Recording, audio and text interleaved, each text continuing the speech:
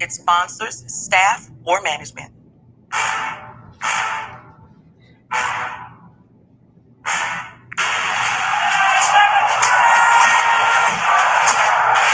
walk out on that field today. Ask yourself this question. What time is it? Game time! What time is it? Game time! What time is it? Game time! What time is it? Let's go! Weaver! Weaver! Weaver! Weaver! I'm going to the house!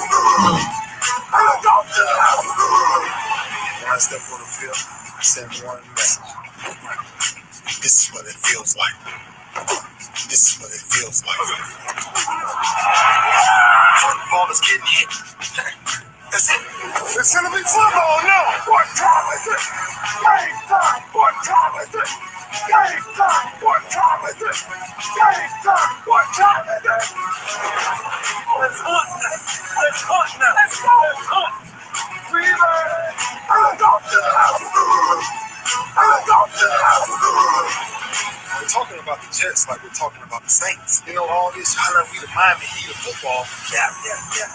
The bottom line is you got to buckle up with chin straps. It's embarrassing. Yeah. Don't disrespect the game like that. So much crying from him. He's a man. He can be a hit just like us. He's a man. You already make the big money. He's a man. When you step on the field, man, that's who I am. When I step on the field, I send one message. This is what it feels like. Oh, my bad. You had no work in my world. What time is it? Game time. What time is it? Game time. What time is it? Game time. What time is it? Let's go. Let's go. Let's go. Weaver. I'm going to the house. I'm going to the house. It's a wrap.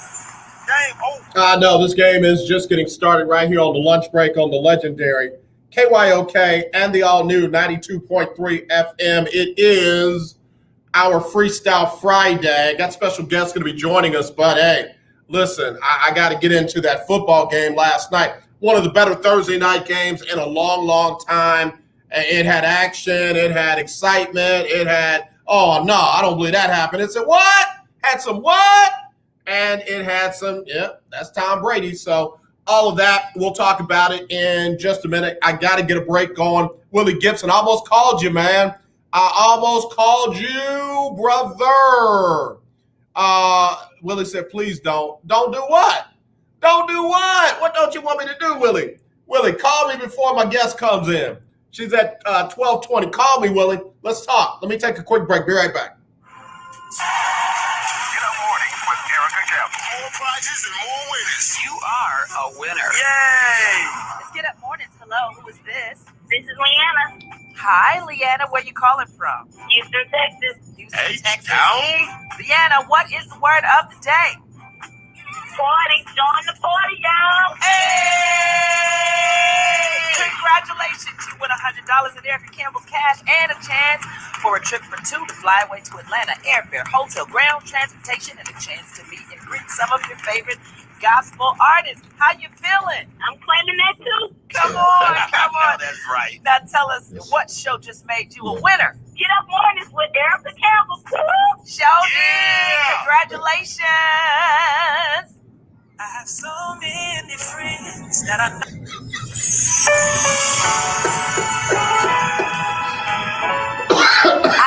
I'm coughing in the phone, bro. All right, hold on, man. Genesis 26:12 says, Then Isaac sowed in that land and received in the same year an hundredfold. And the Lord blessed him. As it did for Isaac, when you apply your faith, God is going to let plants grow in places that man would say would never be fertile. All it takes is right there in the midst of all the I can't do this and I can't have that.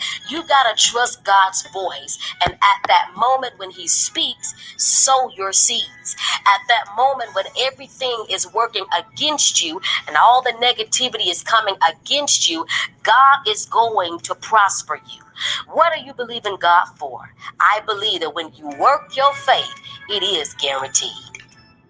Okay, so you won't believe this. I mean, I sure couldn't. The deals at Kohl's right now, they're epic. I got the cutest fall tops from Sonoma Goods for Life for $10.99. $19.99 sneakers I can wear everywhere. And I picked up a Keurig coffee maker for less than $100. Amazing, right? I even got some Kohl's cash. So ready to break out all the layers and pumpkin spice everything. It's fall, y'all. Select styles, sale ends September 12th. Some exclusions apply. See store or Kohl's.com for details. This is Claude Cummings Jr., Vice President of Communication Workers of America District 6. Trey and I are inviting you to listen in to our new political talk show, Power to the People Political Hour. Hello, this is Trey Daniels from the Daniels Group. Yes, Claude, the show will be hard-hitting and informative, talking about national and local political issues of the day, week, and month. Interviews will be with pastors, community leaders, elected officials, and political operatives. You know, Claude, a part of our responsibility is informing the citizenry and give them power to the people. That's right, Trey. We're asking that you listen in on 1140 AM, 92.3, or streaming on KYOKradio.org, Thursdays at 10 a.m. Give people what they want. The legendary KYOK 1140 AM and 92.3 FM. Legend continue. I'm Ben Tankard, and you are listening to The Lunch Break. All right, y'all, we're back on the lunch break on the legendary KYOK, all new 92.3 FM. Let me get him in real quick. It is none other than the broadcast journalist from Columbus, Ohio. It is Willie Gibson. Willie! Sir, I'm going to let you finish. Not to go Kanye on. I'm going to let you finish. Is it Jacqueline? Jacqueline? Yeah, Jacqueline Carr. Uh-huh. Listen. She got me ready to record about 27 Will Knows podcast after that part right there. Brother, let me tell you something. I look forward to that segment right there. So I hear what you're saying. I see what you're talking about. Yes, sir. All right, what'd you see last night, man? What'd you see last night? You know, it's funny. I had to correct myself because somebody was like, "Man, did you see that? We there." And I'm like, I didn't see that. I saw a loss. But upon further review, I mean, pieces were there. I mean, that was a phenomenal performance coming off what he came off of game one. I have some other questions about some other things. Defense, I mean, they stepped up. I mean, I called for a pick six yesterday, and we almost had it a couple times. Yeah. But overall, I mean, there's improvement. You don't want to talk about moral victories and things of that nature, but there's improvement. So while Tampa Bay did win, I saw some good things in Dallas that hopefully will benefit them throughout the season, down the line. Yeah, I agree with that. I agree with that wholeheartedly. I'm not going to get caught up in the missed OPI, offensive pass interference. I'm not going to get caught up in that. You don't ever let it come down to one play. And, oh, yeah, by the way, from our Saints fans to the Cowboy fans, so what? I mean, come on. So, anyway, why did Dak Prescott throw the ball 58 times? That part. Zeke is making, $90 million. And I hate to pay Brady Boys down the money, but I say that to say he's a Pro Bowl back. I don't understand it. I was trying my best not to bring up Mike McCarthy in this segment, but you got to question that. Where was, Zeke could have got the end zone when shows Mr. Bob. Yeah, he could have, and he stepped out on the two. But those two plays, I don't think constitute him not getting carried. And you got to keep that defense honest. Regardless if they're getting through or not, you got to keep him in the mix because they said 58 times in week one for Dak. It hasn't played in 11 months. That's ridiculous. Also, the people that, he didn't play preseason. Do they understand that preseason is practice and that they can get what they want and need to see out of the guy without the lights on, or without the cameras on, and without them watching? That got a lot of work in places where we probably didn't get to see it. He was out most of the time. He was on a pitch count. But they still obviously saw what they needed to see out of Dak. They teed him up for a 58 attempt night. Absolutely. I mentioned it yesterday. They had joint practices with the LA Rams out in California before they broke camp. So they saw that against opposing defenses, and what they saw was, I guess, was clearly sufficient for them to see, because, like you said, you put him out there week 1, and he lofted it up 58 times. So, with that being said, 58 times, you can't throw the ball. I hate to be the on-pace guy, but 800 attempts, that's not going to happen. But 58 times is not, you're not going to be able to substantiate that over 17 weeks, healthy or not. Yeah. And he clearly showed that he's healthy. So you got to mix in that, or Zeke, Pollard, you got to get those guys in the mix. Yeah, I got to give love to our brother David Grubb. He pointed out last night that when Dak throws the ball over, I think it was 40 times, they don't do well. Yeah, here we go. Cowboys record when Dak Prescott throws the ball 40 times or more in 2020, 1-2, 2019, 1-6, 2018, 2-0, 2017, 0-1, 2016, 0-1, 4 for 10 when he throws it 40 times or more. Yeah, it's not clearly. I mean, that's big ups to D. Grubb for that stat. It's not a formula for success in Dallas. Last and certainly not least, Kellen Moore. Everybody's talking about the OPI. Everybody's talking about, of course, Tom Brady, as we should. I'm about to get on his site and order everything he got. But Kellen Moore, offensive coordinator for the Dallas Cowboys. He coordinates, but that's a Mike McCarthy call. Mike McCarthy is making that call. So, yeah, Kellen Moore is the OC, but Mike McCarthy is the one on the headset with the final call. So if he's calling 58 pass plays, it's a Mike McCarthy deal. That needs to be corrected. Yeah, that option play on the goal line is going to come back to haunt him, I'm telling you. Willie, I got to go. My guest is up. Tell everybody where they can find you and follow you, man. I appreciate it. Will Gibson 7, Twitter, Instagram, and Will Knows podcast page on Facebook. Appreciate you, man. We'll be checking y'all out later on this evening. Indeed. Folks talking sports tonight, 8 Eastern. Yes, sir. You know, I know. All right, listen, man, I'll talk to you soon, my brother. We'll also be checking out Ohio State tomorrow at 11 Central. And you be safe out there, bro. All right, boss. You as well. All right, let me take a quick break. We're coming back. I need her, man. I need her.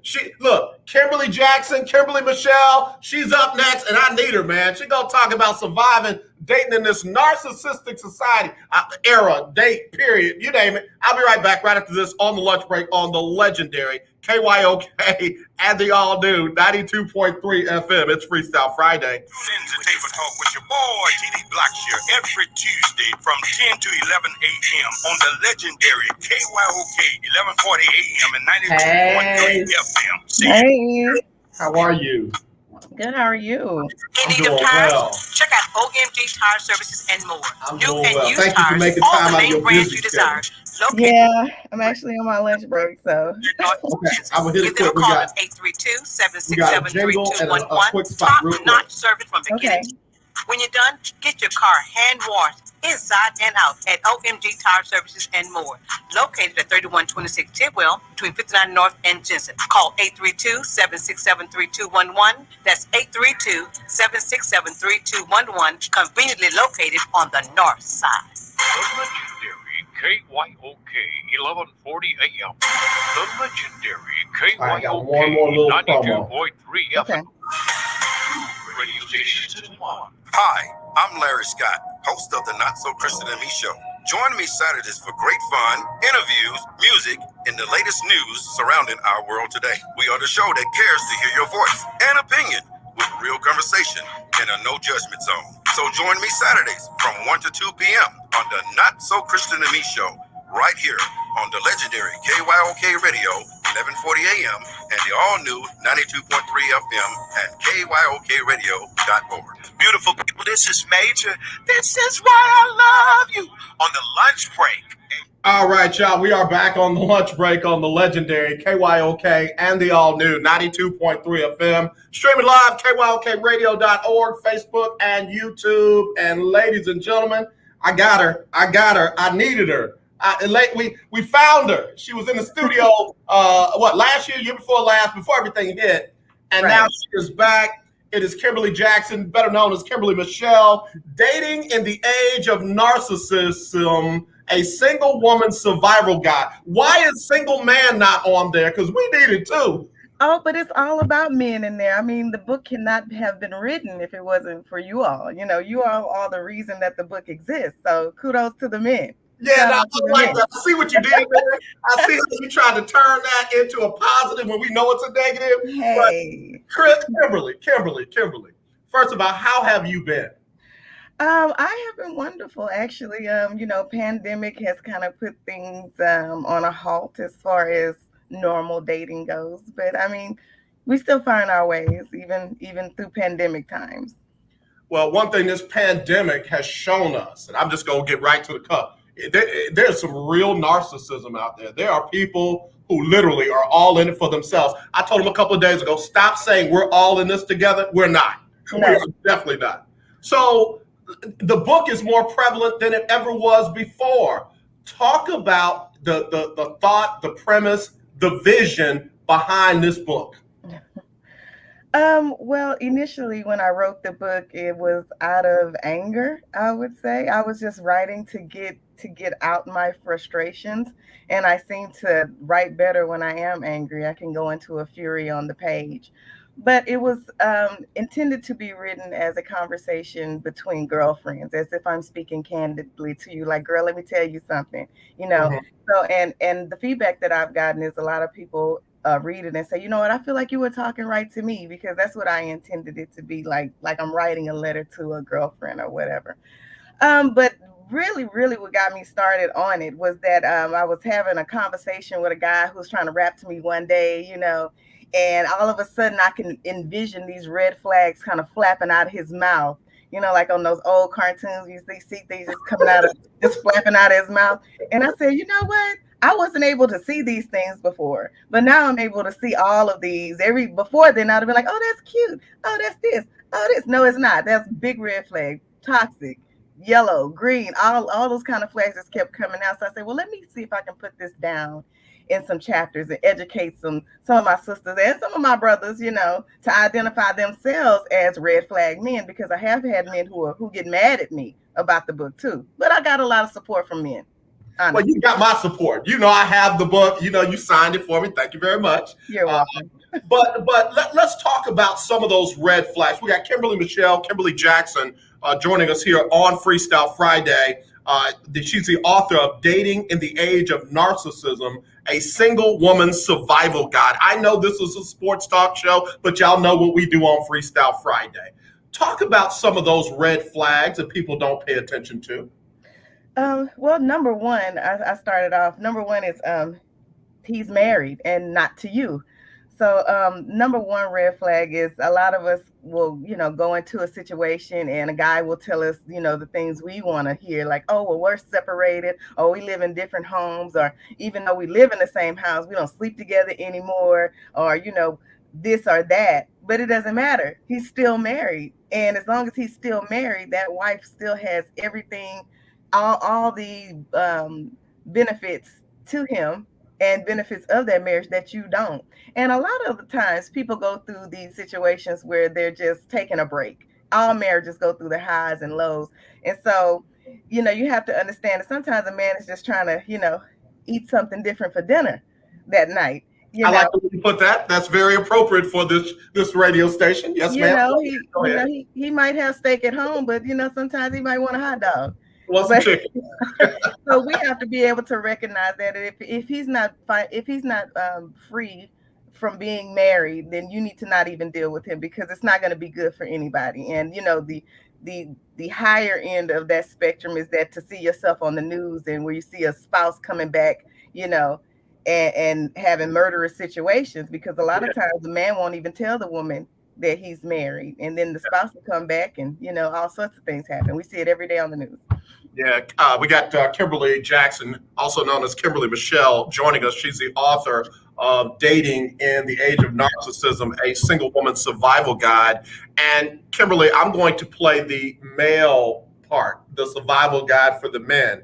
So when a man is married, he'll say, "Oh, we're not together anymore. We're in the same house. We're not sleeping together." A woman will simply say, "It's complicated." It's complicated. And, we'll try to ask questions. What does that mean? Well, I don't really want to go into that right now. Don't mess up the vibe. Come on now. I thought we were getting together, have a good time. And complicated literally means we married. As soon as I leave here, I'm going back home and blah, blah, blah, blah, blah. So how do you read through all these different alternative ways of not being honest? Well, it's all BS. And I think we all, as grown people, as adults, we all know what BS sounds like. We all know when somebody is saying it, but in our desperation, in our loneliness, in our desire to be with somebody, we'll make ourselves go deaf to that. We'll close our eyes to that, even though we know it's a lie. We know what it's complicated means.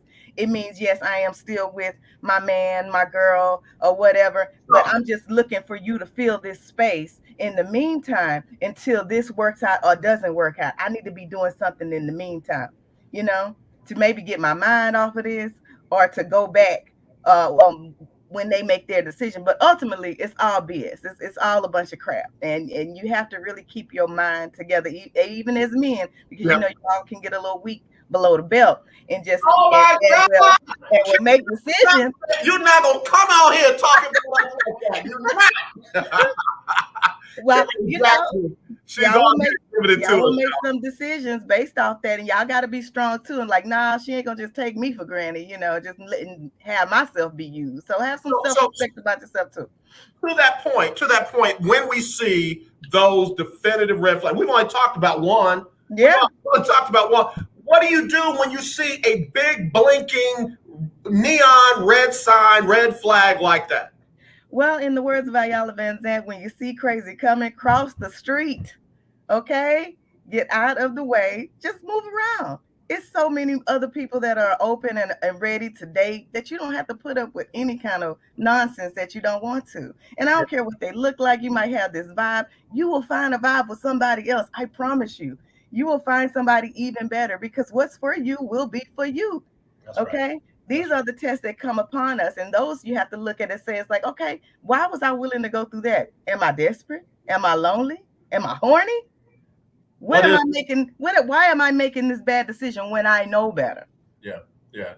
I that's why I wanted to have her on here, y'all. I told y'all it was going to be fire. Kimberly Jackson. The book is Dating in the Age of Narcissism, a Single Woman's Survival Guide. We trying to help some men too. Give me another red flag. The second one is no place to stay. Okay, you have even women. I'll put women out there. I'm saying I'm not just going single men being manipulated out of this, but there's a lot of times where a man will say, you know what, I'm in between houses, or I'm in between jobs, or I'm in between this, and they will make it seem like they want to spend all their time with you, but in reality, they just really don't want. They tired of sleeping on their homeboy couch. Okay, so they have this opportunity. I can get in good with this woman. She got AC. She got a fridge full of food. She got cable. I can just tell her I'm in between jobs. He'll start off with a toothbrush, then he'll end up with a little a pair of shoes, and then before you know it, he coming in with duffel bags and Kroger's bags, and and he done moved in on you, and you didn't even know how it happened, but because he might be laying down some good and that could happen, and then her mind get all messed up. Before you know it, you got a whole man living in your house who is worthless, a hobosexual. A hobosexual. We got a new thing going on here, man. You got me just my forehead hot. My forehead. Don't sweat. But it's true about women as well. Yes, when definitely. She is so able, watch this. When she is so able to change her total life instantly and always be at your house, what did she really have? Did she have that home? Did she have that apartment or condo? Does she have a family that, girl, how is it you always over here and you ain't with your kids, or you ain't with your mama you say you were taking care of and all that? I just wonder how all that happens. And like you said, when we get physically attached, sometimes we bypass all the mental necessary signs to see. Right. And like I said, when Go ahead. you find yourself making those bad decisions and you know better, check yourself and say, why am I making this decision? And I know better, I'm X amount of years old. I ain't new to the game or nothing like this. So you have to check yourself. Am I making this decision out of desperation, neediness, loneliness, horniness? All those decisions are probably why you are making that decision. So you need to just kind of back away from that and wait for somebody who is not trying to use you or manipulate you. Absolutely. Absolutely. We got Kimberly Jackson, also known as Kimberly Michelle, joining us here on the lunch break, Freestyle Friday. Now, I don't want you to give all the red flags. I want you to get the book. Okay. I want them to, look, that book is good to have, but I want to ask you a question. Sure. Dating is different in different people's minds. Yes. Some people have their own thoughts on what dating is. I'm different. I'm one of them cats where they always think I'm married because I've always got stuff to do. I'm not always available. You can't always be all up underneath me. What is dating supposed to look like? What's healthy dating look like? Well, healthy dating is, going out for coffee, going out for dinner, just having basic conversation. Dating isn't necessarily sleeping together, because sleeping together can complicate things, but it's supposed to be. Textbook dating is just like making a date on your calendar. Hey, AJ, I'm gonna meet you over here at Starbucks. We're gonna talk for 20 minutes and just see if we can stand each other for the next hour or two. You know what I mean? And if we can't, we go on about our ways. And if that escalates into something, then we make a longer date, and then we start setting up things of that nature. And it's also not exclusive, which also means I can date Sean, John, Robert, Paul, and James if I would like to, if we have not come up with those boundaries. Now, once you get to a certain part in the dating stage with a person, then you're supposed to say, okay, hey, I only want to see you. I want to see where this goes. I'm willing to just cut off all these other dating people until I can see where this goes. And that's what dating is. Now, courting is a whole nother subject. Okay, now I was gonna get to that, because let me bring my church folk in, because I'm a pastor in my other life. So they think, I've been told, that dating means you have set a date to be married. No. Okay, how do you not fast forward way too soon before you know whether or not this joke is crazy or find out you're crazy? How do you not do too much too soon? Self-control.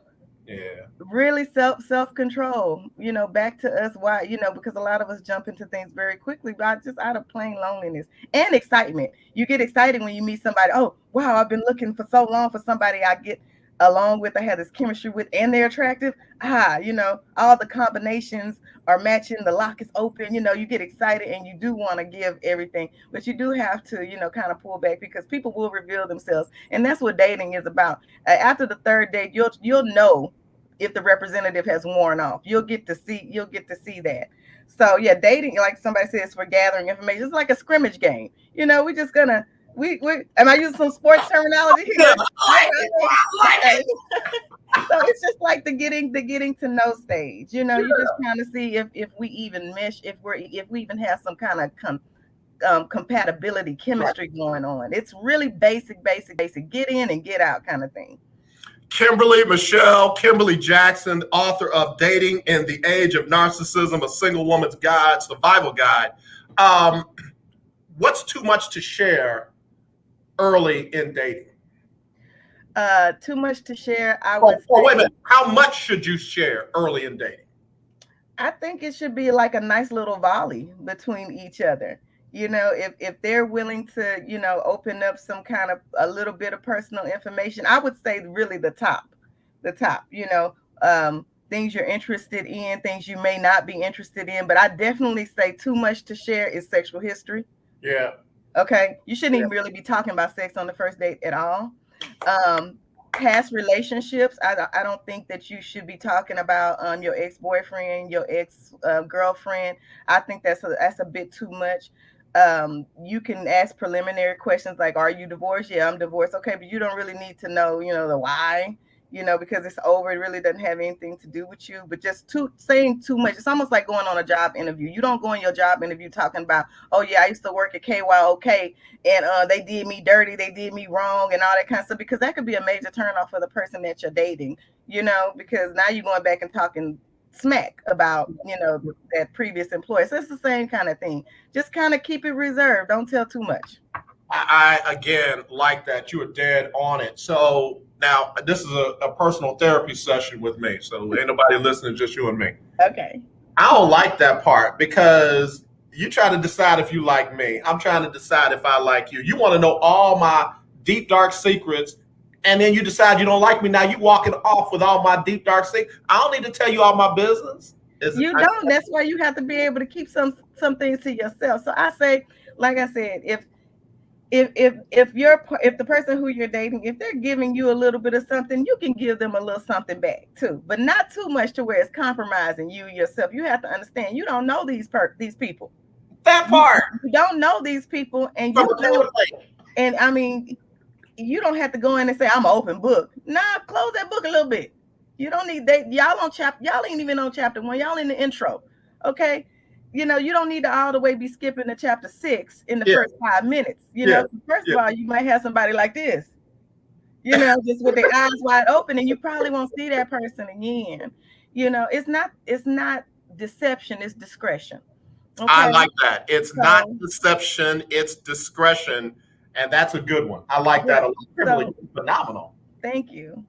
All right, so here's the other one now. Some people feel like that you're supposed to drop everything you're doing to make yourself available to that person as you're dating them, as you're getting to know them.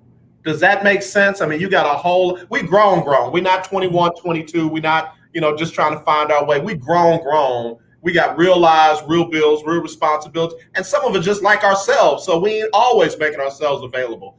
How should you keep healthy boundaries when you're starting to date? Well, those are one of those things that you talk about in these first dating sessions. This is my life. These are my restrictions. These are things that I have to do on a day-to-day basis. You all aren't married. You can't drop everything. You don't have that kind of obligation to this person yet to drop all those things. With marriage comes obligation, that kind of thing. That's a different situation. But in dating, no, if I can make it to whatever, or if I can help you with that, then I will. But I've already told you, I'm on the radio. I have this job. I have this obligation that I have to do. That is my priority in my life. In order for me to take care of myself, these are my responsibilities, and I of course come first. And somebody who is a mature adult will understand that. So if you have somebody who is thinking that you got to drop everything, then that's not the person for you, because it's just going to get worse. Yeah, that's true. And then your life will turn into all about them. Everything that you have to do is going to be your to-do list is not going to be what AJ had to do for the day, but what homegirl had to do for the day. Can't do it. All right, Kimberly, we gotta get ready to wrap it up, and I know you got to get back. But let me add the most important part to a lot of this for a lot of people, around our age. How do you date with children? What are the do's and the don'ts? Okay. Well, I have to put it to a single mother's perspective, because that's what I am, and this is what I have found out to be true. That as a single mother, you have a void in your life. That man is missing. Okay. And so to a predator, that's a very easy way to manipulate in. And they know that you want a man. They know that you want a father for your child. And they'll say anything they can to get you in. And it goes back into that no place to stay homosexual thing that we just talked about. Right? So you are easy prey for someone to manipulate you in as a single mother. And so with that, I say be very cautious. You have to wait as long as possible, almost until, months before you actually go into a meeting my children, romantic situation. You almost have to be really, really, really sure. You have to vet this guy. You really have to go and look him up online, public records. Does he have a criminal record? Is he on the sex offender list? And you have to do these things, and you have to make sure that he is not to move in with you. That only time y'all start staying together is when you all become married, and he can solidify a strong bond and a regular normalcy for you and your child. He shouldn't live off you. That's it right there. That's it. I got two don'ts. I don't date in front of my children, and I don't date in front of my church. I don't. Right. Yeah. So what's that feeling about letting your children see you date? What do you think about that? if you do let them see you date, I particularly it will be like, oh, well, this is Mr. Whoever, we're gonna have some dinner, and that's it. You don't have to tell them that. You don't have to tell your kids all your business. You don't have to say, hey, we on a romantic date. I'm trying to see him if he gonna be your new pappy. None of that kind of crap. No. Just say no. Happy. You don't have to say this to none of your children. Just say no. I have a friend. He happens to be a man. We're gonna go have some dinner, and that's it. And that's it. If you even need to say that much, but I mean, but other than that, no. Because I have male friends who I've taken my daughter to a lunch with me before, but it was just all very friendly, and he and I had no kind of romantic interest in one another either. It was really business. But so I do want her to see that you can be friends with a man and then not have a romantic tie to it. I like that. I like that. I gotta read this question. This brother says, man, you got to ask her what y'all talked about last week. And I did. I had a friend of mine call in last week when we had to reschedule.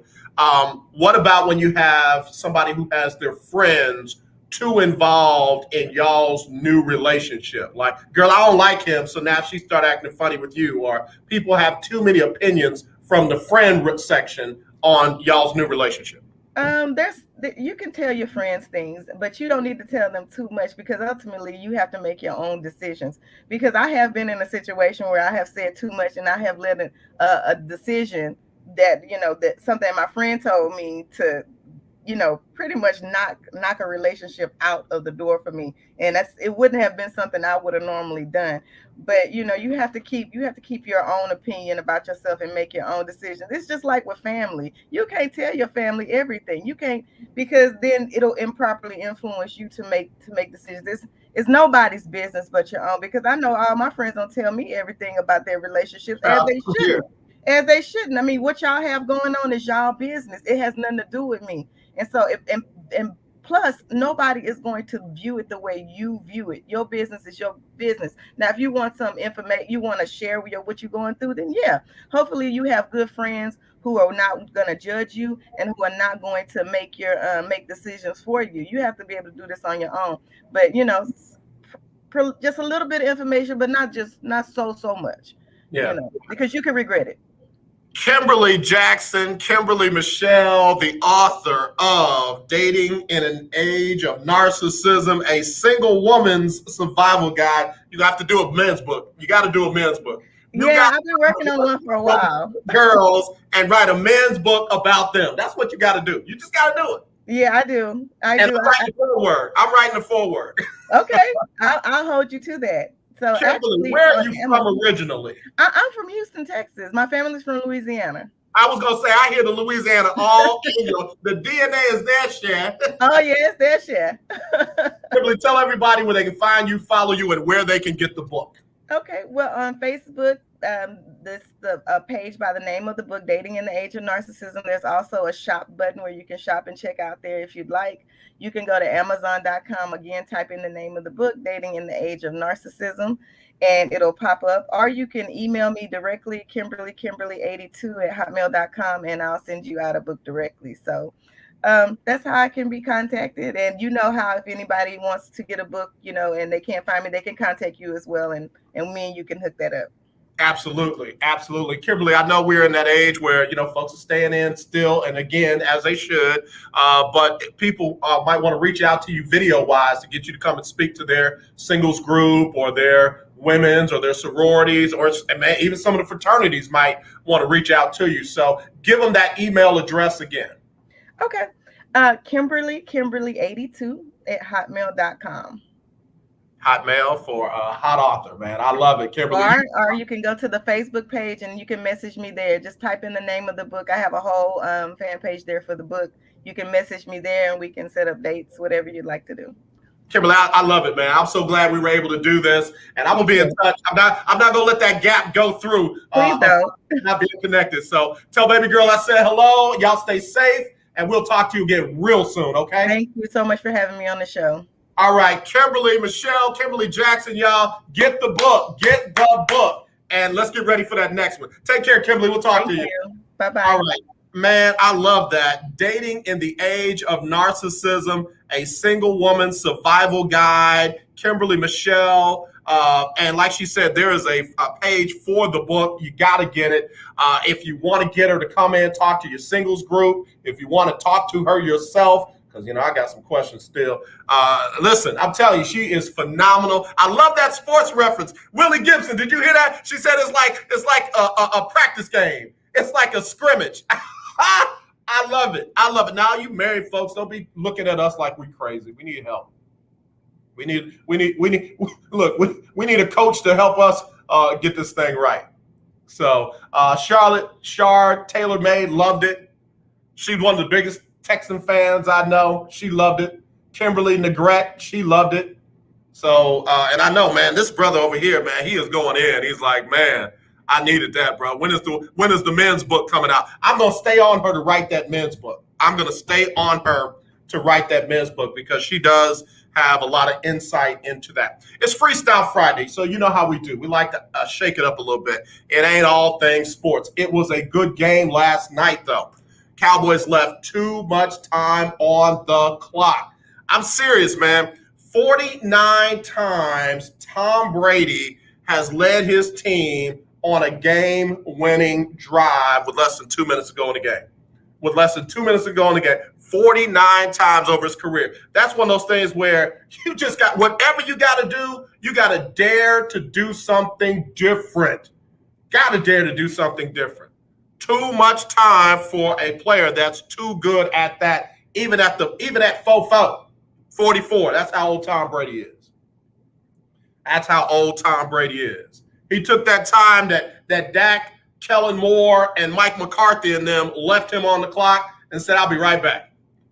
I'll be right. Hey, hold my protein shake. I'll be right back. Took his team down. And what's crazy, it was a 31-yard field goal. Which, if you know anything about field goals, you add 7 yards because that's about how far back they are from the line of scrimmage. And then you add 15 yards because that's how far they are, the goalpost is in the back of the end zone. They were pretty doggone close to scoring a touchdown. Tom Brady almost took him in for the touchdown with little to no time left. So, man, I got to tell you, man, that brother right there is about that life.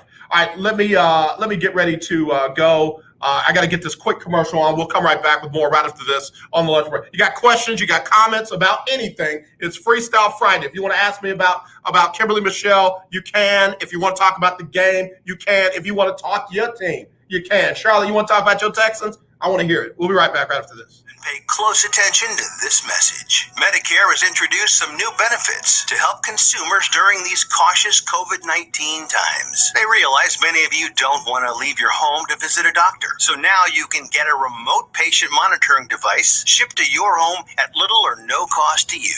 Now your doctor can identify your problems in real time, which could potentially save your life. Victory Medical can easily ship this monitoring device directly to your home at little or no cost to you. If you have high blood pressure or diabetes and you're covered by Medicare, make this free call right now to see if you qualify for a new remote patient monitoring device. Call now. 800-213-9527. 800-213-9527. 800-213-9527. That's 800-213-9527. Hey, what's up? This your boy James Fortune, and you are listening to The Lunch Break. Keep it locked. Kiki, do you love me? Are you going to stay with me, Kiki? Kiki, we not dating in narcissism. Hey, man, anyway, what do y'all think about the new Drake album? Anybody on it? Anybody liking the new Drake project? I've listened to it about 4 times all the way through. Okay. All right. I like the TSU joint. I like that one. All right, let's see. Charlotte says, my Texans, heck, I'm trying to see if I still know anyone on the team. You know somebody on the team, he just can't play. And the Texans are in no rush to move him. Yeah, I gotta say, I was totally wrong about how I thought that they were going to handle it In fact, I got to give credit to a young lady who's a sports journalist, Sarita Parks. Make sure I'm getting her name right. Yeah, Sarita Parks. Sarita Parks said that no team is going to take Deshaun on right now and then have to be the one to put out the press conferences and answer questions about what happened while he was under the watch of the Houston Texans. Like, there are a lot of teams that are going to let that play out one way or another before they jump in. Now, there are teams that might think that they're ready to do that, but they're not ready to offer up 3 first-round picks and 2 second-round picks for him. So for $10 million, the Texans are like, all right, we'll hold him right here until somebody desperately needs him and want to take that on. But another organization's got to understand that whenever this is resolved, they got all the questions to answer. They got all the statements to make. That will be all on them. And why would some teams do that? Hello, you're live on the lunch break. Who's this? AJ Longhorn Keith. What's up, man? Bruh. Whole lot, man. You all right? Hold on, man. I'm hugging you through the phone. You all right? Man, I'm excellent, bro. I mean, listen, this is the way we do things, right? And I want everybody to listen. Cowboys, we didn't really lose the game, okay? What we did was we gave an opportunity for Tom to just showcase a little bit, because Dak didn't really want to embarrass him. Give him an opportunity. And listen, AJ, I know it's hard for you to believe, but I'm telling you, we put this together. We had a game plan last night. Oh, my gosh. Listen, AJ, we could have won this game, but we chose not. We said, listen, this is Tom's final year. He always want to be great against us. So we're going to let him come down, drive, do a little something, and have everybody talking about it. Bro, let me just say something. Can I just say something real quick? Because I'm about to bequeath something on you that you earned. You are the Cowboy fan of the rest of the year. You are the Cowboy fan of the rest of the year. Let me tell you why. That's that good old-fashioned Cowboy talk that don't make sense to nobody else but Cowboy fans. I mean, bro, y'all can make a 100-0 loss sound like y'all won 101-100. I'm telling you, bro, I love. That's the Cowboy. That's how you talk about your Cowboy. Say it with your chest, Keith. Even if it don't make sense, say it with your chest. Listen,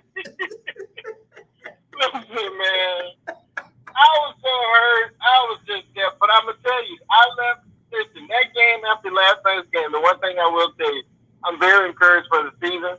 That looked very impressive. The play calling was tremendous. Hey.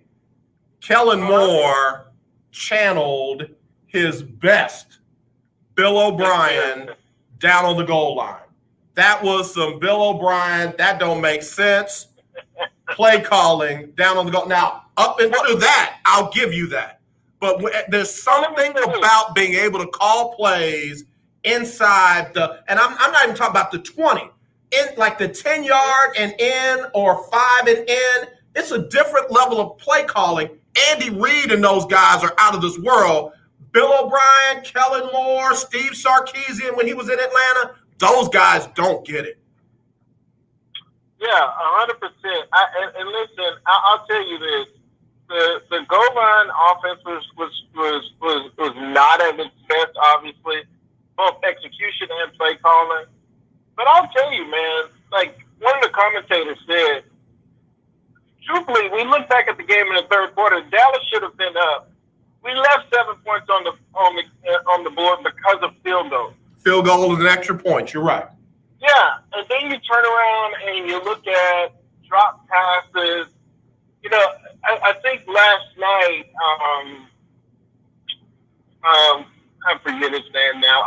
But he had 3 crucial drops. CeeDee Lamb. CeeDee Lamb. Yeah. The interception was on CeeDee Lamb. It hit his hands. He could have pulled that in, and all he did was slow it down for the defender to get it on the deflection. Absolutely. And so when you look at that game, And when you win the turnover battle, you know, you're supposed to win. But again, like I was telling a friend of mine, man, listen, you give the greatest in the game to ever play an opportunity to beat you, and he will. He'll find a way to beat you. And last night we did that, and hats off to Tampa Bay and to Tom Brady, who is by far, and I've come to just say this now without any hesitation, he is the greatest to ever do it at that position. And last night was a prime example of that. And I'll tell you that I'm really excited about this season for the Cowboys. I think we got a lot of youth on the defense that's going to allow us to get better throughout the season. And I am extremely impressed with that. Like, really, really impressed with that. And I'm hoping he can stay healthy and Zeke can get back to some semblance of the form that he was a few years ago that allow us to put a rushing attack together. But I like it. Overall, I like it. Man, I'm trying to find this dude's name. Who was the big man in the middle for Tampa Bay that was just abusing the center, the guard, and anybody? Who was it? Ndamukong Suh? No, it wasn't Ndamukong Suh. It was the other guy. Hang on, let me go to the roster. Man, this dude was just killing people. It wasn't even fair. I asked the question: Is the center all right? Is he okay? Vita Vea, bruh. Okay. Bruh. Yeah. I said they were gonna find a weakness. And they were going to exploit. I had no idea they were going to drive a tank through it. Well, here's the good thing, though. Even with the strength of their front seven, and you know, arguably Tampa Bay has one of the best front seven in the game.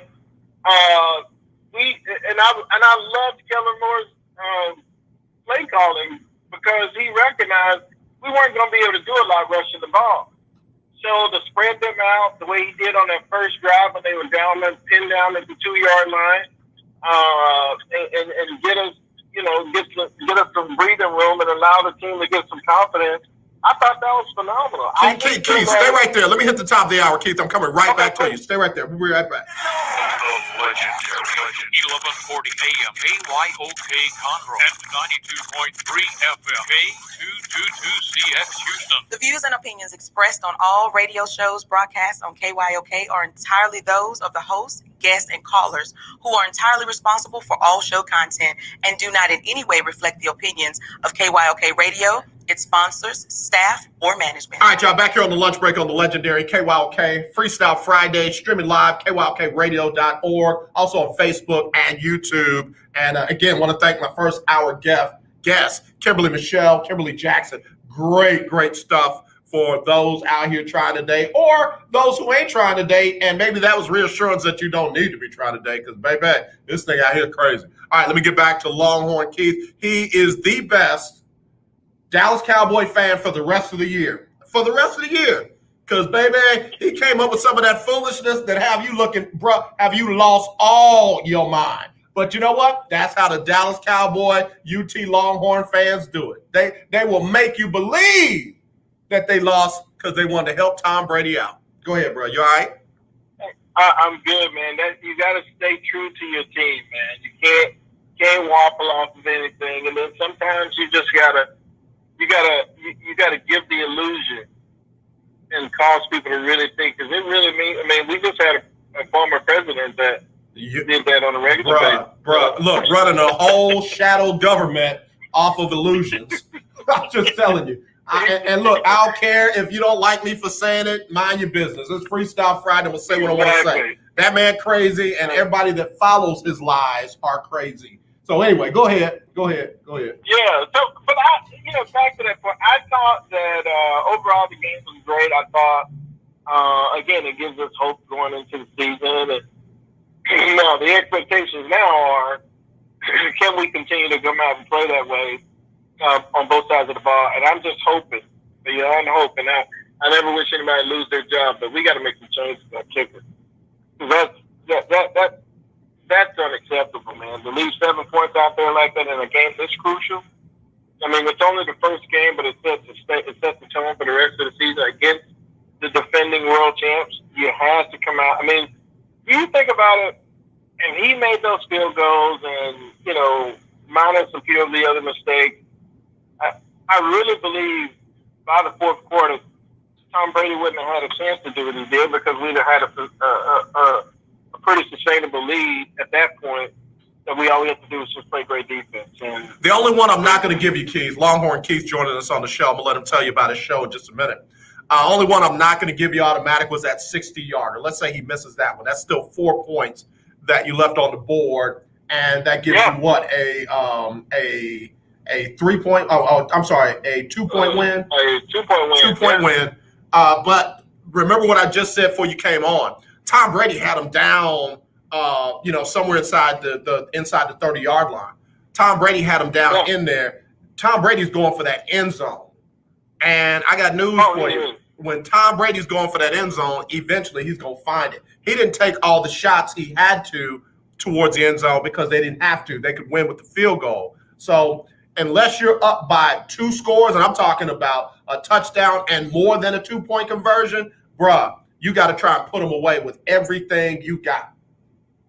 Man, let me ask you this: was it just me, or did you not recognize how beautiful it is the way that he maneuvers within the pocket and never gets touched? I mean, he's got a great offensive line, but the way that he stays in the pocket does not get flinched. I mean, it's one of those things that I was telling a good friend of mine when we were talking about it this morning. I said, man, we're probably watching history being made and not even, for most of us, we're not even paying attention because you may not like the guy, you may not like whatever you consider to be arrogant about it. But I'm telling you, this is true history being recorded right before us, man. And we're blessed to be a part of it because I'm telling you, that guy, that as far as I can see, I just don't see anyone else being as proficient or efficient as he is. And when he puts that look on his eyes, man, talk in the message and says that look in his eyes tells you, man, like it's game time. Bro, when they showed him after they kicked the field goal, it was like, all right, let me go get this. I mean, there was no doubt, there was no worry, there was not that false vibrato of, all right, here we go. You like that? I mean, it was none of that nonsense. It was like, all right, let me go to work. And I love that, man. And when they were talking about how quickly he gets rid of the ball, it's more than just him having a quick release. It's how fast he processes information. It's how fast he says, there it is, here. And they even showed on and I don't want to get into it because, you know, I'm a Saints fan. I feel no sympathy for the Cowboy fans, none. So when they showed the OPI situation, he threw that ball before the receiver made his break. And bro, that's definitive. That's I trust my guys. That's I'm gonna put it where only they can get it. That's where this is how we practiced it. That's where that comes from, and I love that about TB12. Man, you gotta love it. And what that guy put on is just a straight clinic. And this is the reason why, and I'll say this one and be done with it. I do not agree with people, and Todd and I had this discussion about all of this stuff about arm talent. Arm talent can only do so much. When you have a guy who is 44 years old, can put the ball placement is more important to me than arm talent, because arm talent can throw the ball all over the field and he can throw it at different angles. But at the end of the day, if he can't put the ball in a place where only the receiver can make a play and get the ball and go make a play, then your arm talent doesn't matter. And this guy, everybody questions, can he throw the ball downfield 60 yards? Can he? He don't need to. He don't need to. He literally dings and bang you for 15, 20 yards. It's crazy. Yeah, let me say this real quick, Keith. I was listening to a CBS Sports show today. Writer from CBS Sports said that Dak had no arm strength. Dak's balls were floating, and you could tell he's not 100%. I'm thinking to myself, dude, stop. Write your doggone articles and stop trying to be that doggone analytical. Dak didn't have to throw everything on a rope. Not everything had to be 90 miles an hour. It's like, man, these people who never played the game try to see too much that's not actually there. Yeah, balls floated. Yeah, balls flew. But you had wide receivers that weren't running crisp routes. You had guys that were affecting the route. You had, Dak trying to put it where it needed to be for his receivers to have a chance to get it. And that's what his summation was. Dak's arm was not quite 100%. So he's floating a lot of balls. I'll say this to the people who have continued from day one when Dak was drafted in the 4th round by the Cowboys to question whether or not the guy has what it is to be an NFL quarterback. And I'll just say this, and they question his contract. You ain't got to like him, you ain't got to like his contract, and you ain't even got to like his arm. What you must respect, though, is his willingness to get better and his work ethic on and off the field. There's nobody that I know of that was drafted in that year with Dak Prescott is able to say they have gone through what they have gone through, leading and coming back and taking over a team first year, first 4 games, and then literally being who he is right now. I'm sorry, man. You give me Dak all day, and I wasn't as big of a supporter of Dak as I am right now, because I thought I had some questions. But when you look at his first year compared to now, that's night and day. That kid is absolutely amazing. I love Dak Prescott, and I love that he's the quarterback of my team. Yeah, I got to tell you, man, I love Dak, and I've loved him from day one, and he's worth every dime that they gave him. And I'm going to say this, just, the people who know who I'm talking about, I'm talking to you. Some of y'all don't deserve Dak. I'm not talking about you, Keith. Some of the Cowboy fans don't deserve Dak, and I'm so ready for the Cooper Rush era to get started, or the Garrett Gilbert, or the Ben DiNucci, because if you hate him that much, pull the Cam Newton on him. Get rid of him, where you don't have an option for him to come back and save your season after all that nonsense you talk. Oh, he doesn't know how to throw guys open. Oh, he leaves open receivers. He doesn't see all the open receivers. Shut up. You don't know what the play was meant to do. You don't know when that person broke open. You don't know guys are not running their routes. You don't know that. You don't know that to the level you think you do. And people get caught up on all the wrong things. Dak is better with those Cowboys, and the Cowboys are better with Dak.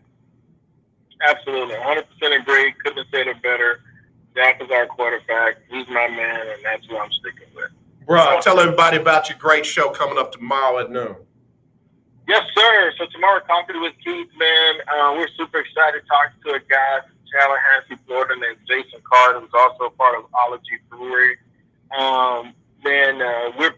We're collabing to do something that's going to be a big deal, man, and I'm super excited about it. I got to be quiet because I get so anxious. I want to tell everybody right now. But it's a lot of fun, man. We're going to have a great conversation tomorrow, talking everything about the future of coffee, talking about what we're brewing, how we're brewing, and then more importantly, we're talking about how to make money doing coffee. And I'm super excited to have Jason on tomorrow. It's going to be a fun show. Tune in tomorrow, right here on the legendary KYOK. And you can also live stream us at KYOKradio.org, noon Central Standard Time to 1 p.m. Coffee with Keith. Hope to see you there. We're on all social media platforms now, man. Oh, just really? rolled out today. Social media platforms, yeah. Cool. Facebook and Twitter now. There you go. I was just, it's funny. You read my mind. I was getting ready to say something like, bro, you got to get on Facebook so that you can record them bad boys and keep them up. I got a question, though. I heard, I was listening to an old show because, believe it or not, I'm a fan. Coffee is not a bean. It's a fruit. It's a fruit, man. Yeah, it's a fruit. And here's the crazy part, right? So where it's most produced at the farmer level, which are mostly in third world countries, specifically in Central America and in Asia and East Asia and Africa, they know it's a fruit, right? But they don't get to consume the products that they grow. Just let that sink in for a minute. Yeah. Right? Yeah. They don't get to consume the products because it's too expensive because the governments in which where they live, most of them, which is probably 75% of them, in which where they work and grow product that we get to consume as a luxury every day, they can't afford. And so I've got some people, we're going to talk about that as well. Man, it's going to be fun, I'm telling you. Brother, I love what you do. I love how you do it, man. I'm so proud of you, Keith. You've come a long way. Thank you, man. And really, the sky is the limit. And, man, you got some good people around you and everything, man. Tell your sister I need to do me some drops, too. So anyway, bro. Right? Keith, have a good one, man. Are your Longhorns in trouble this weekend? They going to be all right? No, we're going to Arkansas. We're going to be good, man. I think, we're 6-point favorites. I don't worry about that. That's the SEC team. I love the confidence of the team. Yeah.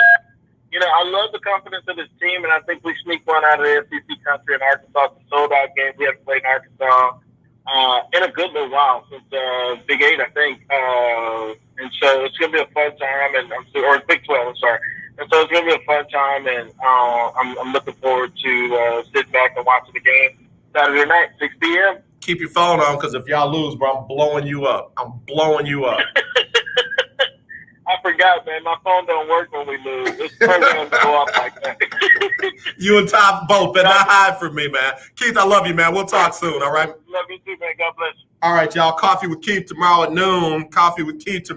Right here on the legendary KYOK and the all-new 92.3 FM. Take a quick break. I'm going to come back. Callers, stay right there. I got you next right here on the lunch break on the legendary KYOK. If you're a Cowboy fan and don't like what I said, I'll be back. Be right back. Get up mornings with Erica Campbell. More prizes and more winners. You are a winner. Yay! Let's get up mornings. Hello, who is this? This is Leanna. Hi, Leanna. Where you calling from? Houston, Texas. Houston, Texas. Leanna, what is the word of the day? Party. Join the party, y'all. Hey!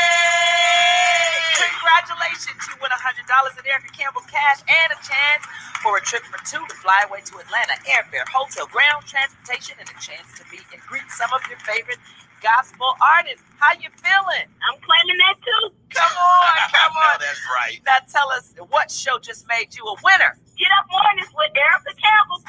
Show did. Congratulations.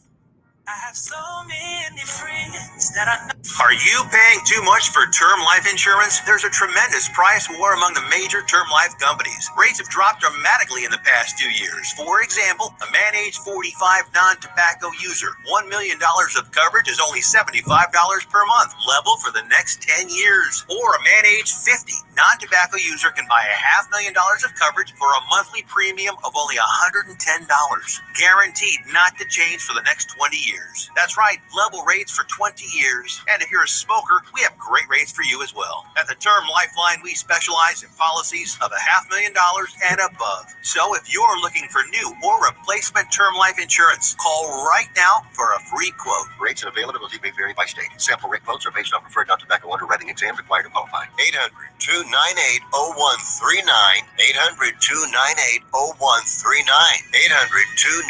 800-298-0139. That's 800-298-0139. Hello, this is Claude Cummings Jr., Vice President of Communication Workers of America, District 6. Trey and I are inviting you to listen in to our new political talk show, Power to the People Political Hour. Hello, this is Trey Daniels from the Daniels Group. Yes, Claude, the show will be hard-hitting and informative, talking about national and local political issues of the day, week, and month. Interviews will be with pastors, community leaders, elected officials, and political operatives. You know, Claude, a part of our responsibility is informing the citizenry and give them power to the people. That's right, Trey. We're asking that you listen in on 1140 AM, 92.3, or streaming on KYOKradio.org, Thursdays at 10 a.m.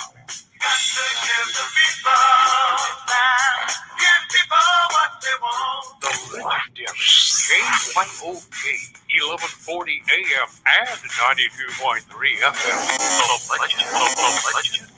Hey, what's going on? This is Lecrae, and right now you're listening to The Lunch Break. All right, y'all, back here on the lunch break. Got another caller standing by. Let me go ahead and get right to the phone line before my next special guest comes in. Hello, you're live on the lunch break. Who's this? Hey, Dan, the lunch break. This is Ferdinand. Ferdinand, let me look at your picks. Did you have them Cowboys last night? Who you had? They must be trade. Who Who'd you have? Let me check. See what you have. Maybe While Ferdinand. you're checking on that, let me speak to a couple hours later. Go ahead and say it. Look, Keisha Kelly, El Michelle, Donna Coleman Hope. If you ever, to anybody that's trying to date y'all, let alone marry you guys, talk like Keith, put on y'all track shoes and start running, okay? Oh my God. Did you just do that man like that? I know you just didn't get that man a 2-piece and fries like that. Oh, look, man. Look here, I don't know what's in that coffee, but he needs to give me something like that. He said, I don't know what's in that coffee, but hold on, man. My side hurt. Wait, I can't breathe. Hold on. You, Ferdinand, you know your team. Yeah, there's something in that coffee, man. You know your team. I'll put this on me. If I was second runner for that $600, AJ, I still didn't get the $600. I lost that money. I fought a good fight the whole year I was winning, and just when I fell, I come up short, so I lost. I can't fix it up to make that I'm a better loser. I just lost. Oh my God. So therefore, the Dallas lost. They do have something to build on, but man, they still lost. Am I correct? I can't breathe, bro. I'm gonna need you to go home and take the show, bro. I can't even talk. I can't. Hold on. Let me sip my water. So let me sip my water. Look. When my Pittsburgh Steelers won 12, it was 12-4 last year. AJ, man, they still didn't make it to the championship. Yeah, that's true. They didn't walk away with the big ring. So therefore, look, I don't know what it is about the Cowboy fans, but man, y'all got to at least be real, man. Just be real about it, man. They are fixing, find a way to make a loss pretty. A loss still a loss. That is so crazy, man. You are hilarious. Longhorn Keith said Ferdinand ain't ready. Hey, love it. Much love to Longhorn Keith. You know, it's all in fun. We gonna have fun. We gonna keep it real. But them Dallas Cowboy fans, I ain't seen one like them. Okay, not one. Oh, not one. Bruh, I gotta get ready to go. But tell me what your Texans gonna do to do Sunday. Hey, look. I have a lot of confidence in the program that this is a totally different regime. I believe in Levin Smith. Special teams, AJ, is looking good. You know, they're able to score, and if they can keep it up, I'm gonna go Texans. I'll probably give them maybe 21-14. Okay. All right. Ferdinand, I gotta run. I'm going, AJ, but I made that post for you, so check that post out. Okay. All right. I will. All right. Have a good one. Okay. All right. Listen, y'all, I got to get ready to take a break. But when we come back, man, we got special guest number 2 in here and special guest number 1 that made it so hot, man. I can't wait till we get Dr. J on and hear what she got to say. We'll be right back right after this on the lunch break. If Ernest Hemingway was alive today, would he say this to you? Shakespeare, Edgar Allan Poe, all great writers. I'm amped up. It's my first day back in studio. I see. So what happened in hour number 1? Yet, so make a free call to Page Publishing. Let me turn this down. We had the author of the book. Wait a minute. I gotta pull it up because I don't want to say it wrong. Dating in the Age of Narcissism: A Single Woman's Survival Guide. And baby, okay. I'm dating again. Okay. She started flamethrowing. She was on this time. Last week she wasn't able to make it. Oh, okay. And she started talking about red flags. She introduced us to a term called hoboism or hobosexual. Hobosexual. Yeah. We learned something in the first hour. We learned something. Okay. And I tried to stick up for our men, but I had a standing 8 count. They stopped the fight because baby, she knocked me all out. She did.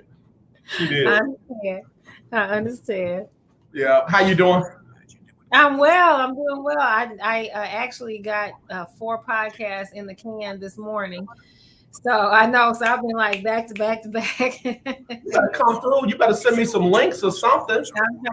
Well, those in particular, I do a lot of podcasts that are for like corporate networks. So only their employees get it. So it's special, you know. But so I try to record a bunch of them at one time just to kind of load the can up. But yeah, I got a friend that does that for Baker Ripley. Her and her partner, they do podcasts for Baker Ripley, and man, they get blessed quite a bit for doing those. But yes, people like once I started figuring out like, okay, why would I also consider not either or, right? You can do both, but why would I consider filling up some private networks with this? I said, oh, that makes all the sense in the world, and they do pay. You know, that's why I like you because you're smarter than me, and I learn a lot whenever you come on. You should do that too. You should. You got the whole setup. Maybe. AJ needs to come on with the come on. You got the whole setup. It's so simple. Look, I need to take your class. Come on. That private training, where folks don't hear me messing up, learning how to get better. Yeah, that's always helpful. All of a sudden, I pop out. I'm the next Les Brown. Well, hey, the person that I was doing stuff with, I have 8 shows with him scheduled, and he's never done anything like this. And like I'm so used to that, playing host, leading him, kind of getting him to say exactly what he wants to be said, but he don't really know how to say it, and it comes across conversational. He's just like, wow. And I actually use StreamYard too as well. Okay. So, yeah, I really like StreamYard. I do too. It changed everything for me. Yeah, it changed everything. All right, we got one little promo. We're coming next. Okay. I'm Larry Scott, host of the Not So Christian and Me show. Join me Saturdays for great fun, interviews, music, and the latest news surrounding our world today. We are the show that cares to hear your voice and opinion with real conversation in a no judgment zone. So join me Saturdays from 1 to 2 p.m. on the Not So Christian and Me show, right here on the legendary KYOK Radio, 1140 AM, and the all-new 92.3 FM at KYOKradio.org. Hi, this is TJ from South Park. I listen to The Lunch Break with AJ Jones on 1140 AM and 92.3 FM. All right, TJ was from South Park. I got my sister friend over there in Florida, so that's South. And then I'm in Houston, so we all on the South Side. So anyway, y'all, without further ado, it is one of the favorite guests that we ever have on the show. Folks always talk about how much they enjoy your drops, your takes, all of your interaction. It is none other than Dr. J, Jennifer Thibeaux, on the show. Jennifer, how you doing? I am wonderful. How are you doing, AJ? Man, I'm lit up. I've been out of studio all week long. Today is my first day back, and I feel like, I'm that little puppy dog that got outside for the first time, and I'm just gonna run the neighborhood until somebody come get me. Man, I am excited. So, how about you? What's been going on? Oh, nothing much. You know what? I've been, playing broadcaster on TV today. So I've been in the studio getting a lot of good shows in and, blessing people with information, connecting them, doing all that fun stuff. So this is like the dessert to my day. So I absolutely love this. So I appreciate that because I'm telling you, the feedback that I get after we get off the air is always amazing. They're like, you two are like just talking, having a conversation, and we're just like, wait, what? Like, wait, oh wow. So I mean, let's keep that going. I thought about you because I read an article where reportedly they were talking about the Bishop Sycamore thing. What I didn't like is they tried to make IMG Academy look bad. They tried to make it like it was a pro sports mill. Like that's all the kids are there is because of pro sports. And I'm like, this is somebody who's never set one foot on IMG Academy's campus, never talked to one administrator, never talked to one athletic director or anyone involved with the fiber of the program because they just don't know. And they just wrote an article so that they could fulfill their obligation with their network. Tell me where I'm wrong. Show me the lie. Oh, I absolutely agree with you. Now, I don't know the article. I don't know the person that wrote it. But I do feel in my spirit, if you get a chance to become acquainted with IMG Academy, you come to the school, you get the chance to know it. I don't know how you could possibly write that. So let me just say that those two things are clearly in conflict. It is a prep school. Emphasis on prep. Kids really go to school. The teachers are really hard on them. When the child's grades get low, they get detention. Their parents get notified via email it's a regular school. It's just that all of these kids, for the most part, let's say 90-95% of the kids are in a sport where they want to seriously take their sport to the next level. That's what the school is actually about. So yes, there is a mental conditioning coach. There is a nutritionist. There is a leadership coach. There's athletic performance development. There are coaches and resources that are available that aren't typical of your what you think of as your normal high school. But again, I tell everyone, if you got a chance to write it, what's the best of all worlds? You would literally write an IMG Academy up as the best of all worlds, to have your student athlete be exposed to amazing teachers. I mean, my daughter, who attended IMG for all 4 years, her social media and law class that she had while she was attending IMG was taught by an attorney. Okay, so we are talking some of the best resources, not just at the athletic level, but the academic level, and really helping kids get focused, and get where they need to be in life. So that's, it's a beautiful campus. The resources are amazing, but what changes things for, I think, all kids mentally is that the kids that sit next to you in class, some of them have turned pro in their sport. Some of them are prepping to turn pro. It's a different mentality. It's not just talking about the school dance, because they really don't do a lot of school dance type stuff, although they do a lot of fun activities. But it's a different mentality. Let's go watch Junior Wimbledon and watch our classmate compete. Okay, so it's just a different situation all the way around. Dr. J, Jennifer Thibeaux, joining us on the show, and we're talking about an article, and again, I don't want to call it out, I don't want to call the writer out, but it's that false understanding of what something really is versus what somebody perceives it to be. There were plenty of times back in the day, I'm gonna date myself a little bit, where professional tennis players at a young age didn't even go to school. They toured, and they had tutors, and they had stuff like that. And then they started getting into prep schools and private schools that would allow them to tour and miss a considerable amount of school, but still not fail them. So the whole specialization of schools is not new. Here in Houston, we have schools for health professionals. We have schools for law enforcement. We have schools for visual and performing arts. We have all types of schools that are specialist schools. Why start to try to shine a negative light on something that might be athletically specialized as opposed to those other specializations? Well, I'm just going to put it out there. Nobody said anything when Miss Debbie Allen said, "You want fame? Well, fame is going to cost." Nobody said anything about Debbie Allen. You better come on. You better come on. Maybe they need to be dancing. I don't know. I used to want to go to that school so bad. That's what I'm saying. Like a specialized school, that is a dream. Yeah. If I would have had that for gymnastics, I would have jumped. That's what you're prepping for. Like people misunderstand the whole game is not to come out of school and just be average.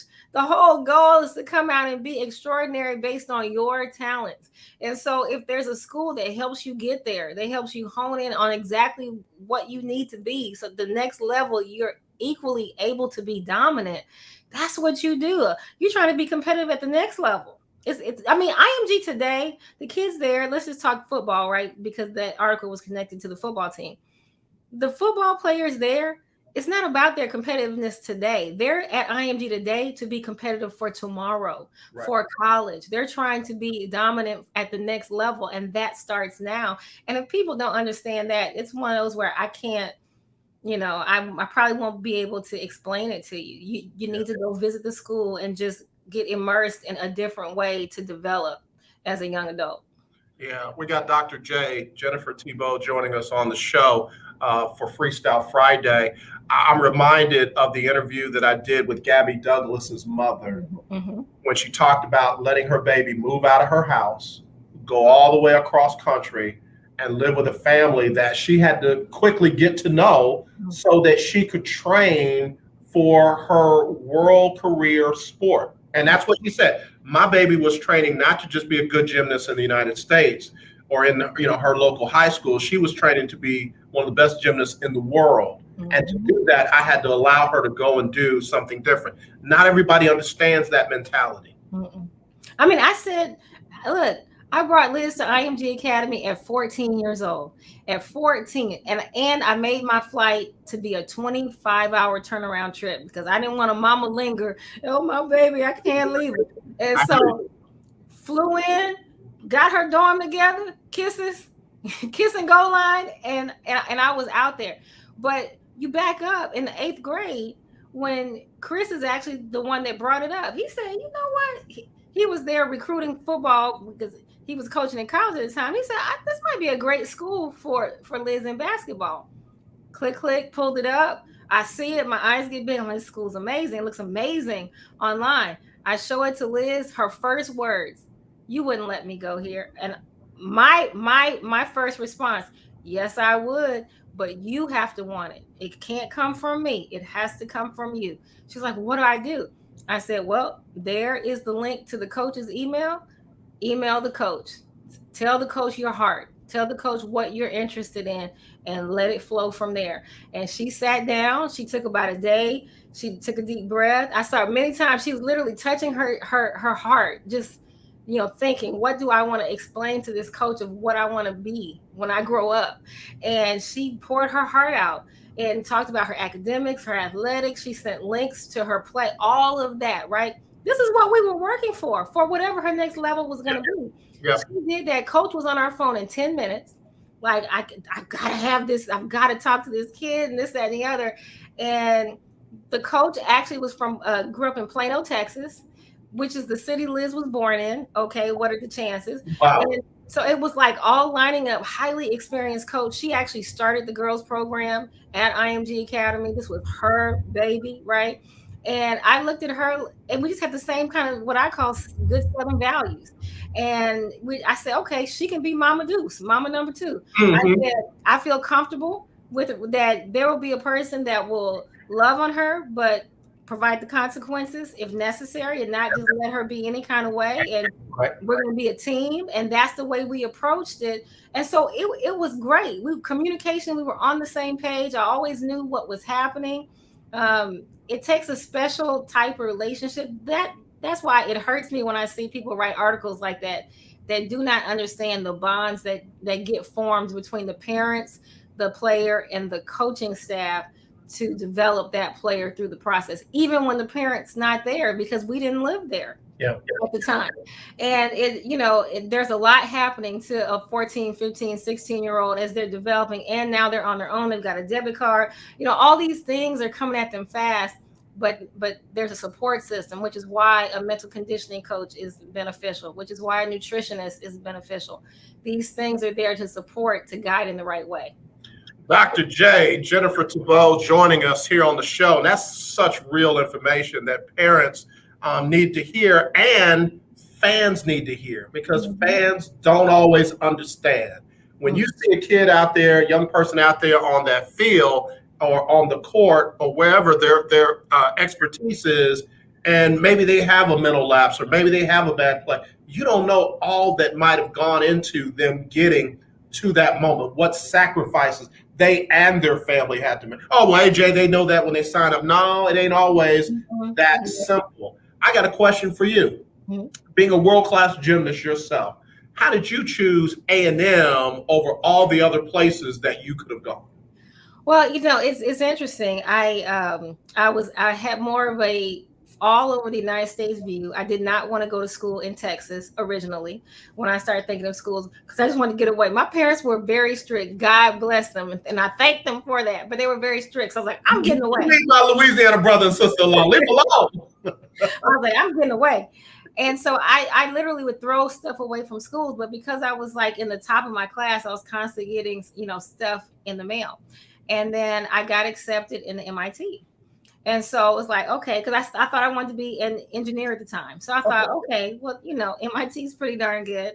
I had Princeton on the hook, but Princeton wanted me to do gymnastics. They were like trying to make me the bionic woman. They were like, we can rebuild her. We can make her better. I was like, no, her is done. Her is all the way done. Her is going to be academic. And so my mom actually made a comment. I said, are you gonna miss me when I'm gone? I'm all like excited because we're getting, it's like the almost end of my junior year. she said, it sure is going to be strange to be without you. I've just never lived, I've never been in the house without you longer than like a couple of days. And she was speaking from the heart. I don't think she was trying to really put a guilt trip on me, but it literally hit me. I was like, oh my God, like if I need something, I have to jump on a plane to go home. And like a lot of people don't know that, like I started my senior year at 16 years old. I was young, And so when she tells me this, I'm 15 or 16 years old at the time. I'm like, oh, that idea was just crazy to me to not have my parents. Even though I was doing all these worldly things in gymnastics, I always had my parents close by. And so I thought, okay, I X'd out everything but Texas. I was like, okay, just Texas schools. That's all I'm interested in. But then I X'd out Houston because I was like, I'm getting away. So it was geography that started it. But then I wanted to be an engineer. So I literally narrowed it down to UT and A&M. Okay. Most of my classmates who were going to one of the two schools were going to UT. So I'd be the first to say I was a follower. I was like, okay, I'm going to UT as well. Like, cool, no problem, no big deal. I went to visit. It wasn't for me. I just didn't like the setup. It was too big for me. It was too grand. It was too kind of in the middle of the city of Austin. And that was overwhelming to me as a 16-year-old doing a visit. And I saw somebody that looked like they were high, and I had never seen that before in my life.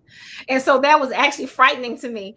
I actually called my parents and said, come get me. These people do drugs here. And they cracked up after they hung up. They're like, that poor baby doesn't understand. People do drugs everywhere. I had no idea. So then I go visit A&M, and it just seemed perfect. But they had a great recruiter named, shout out to Chris Brown, who got most of the students of color there, who really held our hands, talked about the experience, talked about if there's going to be bumps in the road, he's the go-to person to help address it. And so I felt like I was joining a family when I went to Texas A&M. It's really, as weird as it seems, I mean, I was in such a minority when I got there, but among our people of color group, I felt like I was joining a family. So it made sense.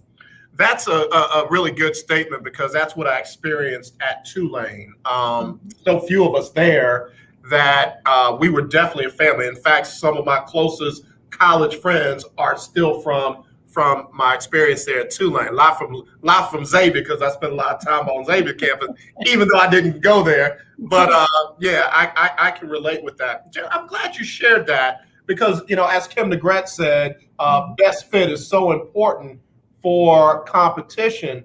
And again, those are the kind of things that people don't really understand. They understand recruitment, but look what happens when a young person opens up their recruiting again. They make a decision, something happens, they don't want to go there, they still got time to change their mind. They change their mind, and all of a sudden they get attacked like they've done something illegal or wrong. And these are still young people trying to find a place for them to go and live their best lives at that stage of their life. Absolutely. And the same, not to draw back to IMG, the same happens with kids who make the decision to leave their high schools and go to IMG.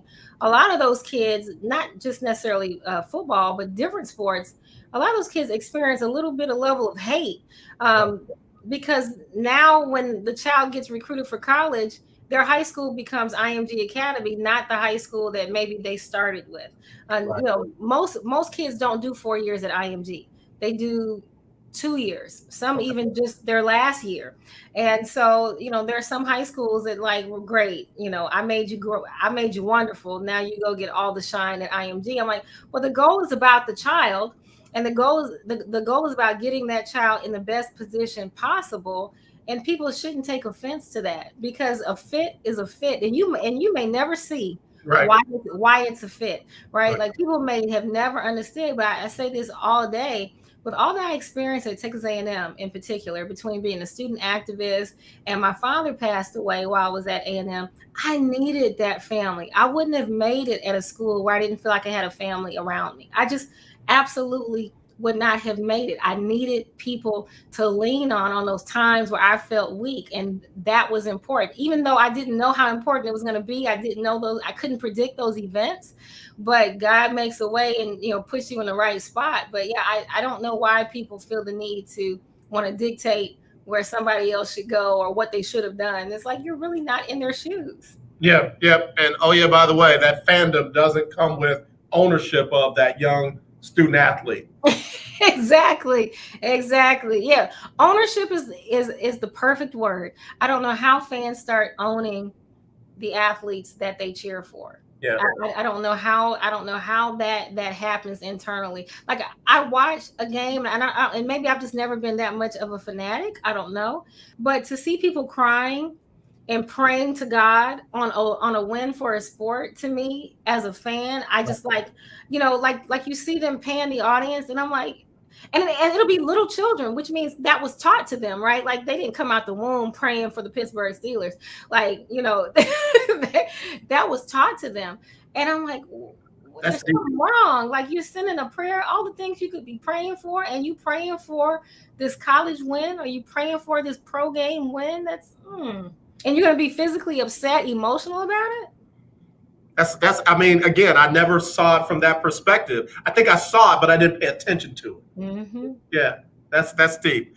We got to take a quick break. When we come back, I want to talk about the Deion Sanders effect. Can we do that? Yes, absolutely. All right, y'all. Dr. J, Keith Hennig calls her the smartest guest on my show. Well, look, since I'm not the guest, I'm not going to touch that. Sorry about that, everybody else. We'll be right back with more right after this on the lunch break. It's Freestyle Friday. 1140 AM and 92.3 FM. The legendary KYOK. Do you have high blood pressure or diabetes? Are you over the age of 65 and covered by Medicare? Then pay close attention to this message. Medicare has introduced some new benefits to help consumers during these cautious COVID-19 times. They realize many of you don't want to leave your home to visit a doctor. So now you can get a remote patient monitoring device shipped to your home at little or no cost to you. Now your doctor can identify your problems in real time, which could potentially save your life. Victory Medical can easily ship this monitoring device directly to your home at little or no cost to you. If you have high blood pressure or diabetes and you're covered by Medicare, make this free call right now to see if you qualify for a new remote patient monitoring device. Call now. 800-213-9527. 800-213-9527. 800-213-9527. That's 800-213-9527. Do you have a home that you don't want anymore? We can buy it from you within 24 hours. Any home, size, or condition. For over 20 years, we've been buying homes for cash and helping homeowners sell their homes immediately with no listings or strangers walking through your home. Are you moving? Did you lose your job? Going through a divorce? Whatever the reason, if you're in a bind and you know that you need to sell your house fast, call the expert team at I Need to Sell My House Fast. We'll make you a serious cash offer to buy your home in 24 hours and let you walk away from it. No listing, no waiting. Sell any home, any size, any condition now. Call the expert team at I Need to Sell My House Fast. Make this free call now. 800-306-1760. 800-306-1760. 800-306-1760. That's 800-306-1760. Hey, what's up? This your boy James Fortune, and you are listening to The Lunch Break. Keep it locked. All right, y'all. We're back here on the lunch break on the legendary KYOK and the all-new 92.3 FM, streaming live on KYOKradio.org and on Facebook and YouTube. And let me clear my throat. Keith Hennig, no offense taken, man. You know, we agree with you. That's why we love having her on. Dr. J, thank you for taking the time out of your very busy schedule to come and hang out with us, because, I mean it, you are one of our favorites. Deion Sanders is literally having an effect on college football, but also on HBCU football. Mm-hmm. And he was talking earlier this week about why he feels like it's important for little things like kids having the name on the back of the jerseys, and how parents love to be able to look down there and say, that's my baby. And, you know, they see that name on the back of the jerseys. Some of the seasoned HBCU coaches, alumni, fans, what have you, didn't like that. They felt like, you know, listen, this is who we are. This is what we have. And folk don't have all that. Some of us are doing the best we can with what they have. Deion upped the ante. Deion said, I'll pay for them, but we need to up our ante for how we present our kids on, in this great segment of college football. What are your thoughts about the Deion effect? So first of all, I love it. I think the reason people are drawn to a person like a Deion, much like a Magic Johnson, a Shaquille O'Neal, dare I say a Chris Dishman. Yeah. The reason people are drawn to them is for their innocence in their thoughts, right? Children we love because they hit a certain age and they ask why. Mm-hmm. Why are things like this? They challenge as they're trying to put things together. And because folks are like, oh, well, let's explain it. Resources, information is drawn to a child when they ask the question why. In the adult world, from a technology standpoint, IT, that's a technique called 5 why investigation. You keep on exhaustively asking why until you get to the root cause of what this is. So the Deion effect is, in a sense, this public version of the 5 why. Why do we do things like this? Hey, I'm new in this town, but this doesn't make sense. Now, the second thing is Deion knows, like anybody else, name, image, likeness is important. How the heck do you build up your brand if people don't even see the name on the back of your jersey? Yeah. Let me just say that there is some value into having the name associated with the player, not just for the outside, but for the player themselves, because they know your mom and them, as he said, see your name on the back. So you represent even more when you step out on that field, that court, or wherever it may be. And so it's so important, I think, to up the ante on who the kids are, because it has been so easy over the years to just give it a blanket HBCU, like, that's a small entity to the side. No, we want to build it up that it's comprised of these wonderful student athletes and these wonderful students that are attending, going to be some of the best and brightest that change our future.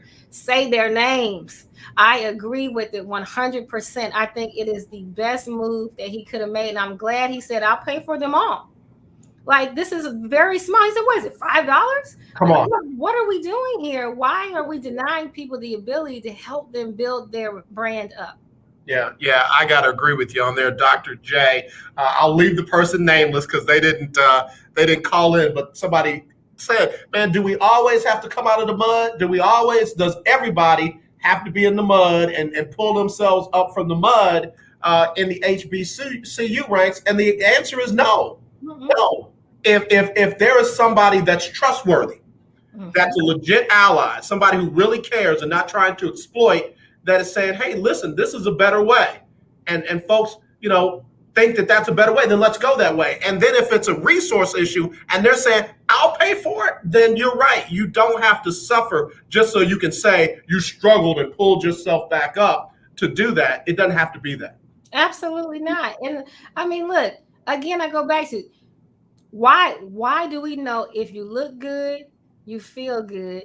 If you feel good, you play good. If you play good, you get paid good. We know that because he branded that. Yeah. He branded, he lived it. It all became one. He's teaching these kids something greater than we're going to ever see on a press conference. Yeah. And that's the beautiful part of it. Though that name, that's probably, I'm sure it's a very small part and piece of what he's instilling in them that's going to change them for the rest of their life. It is the Deion effect there, and I'm very happy about that.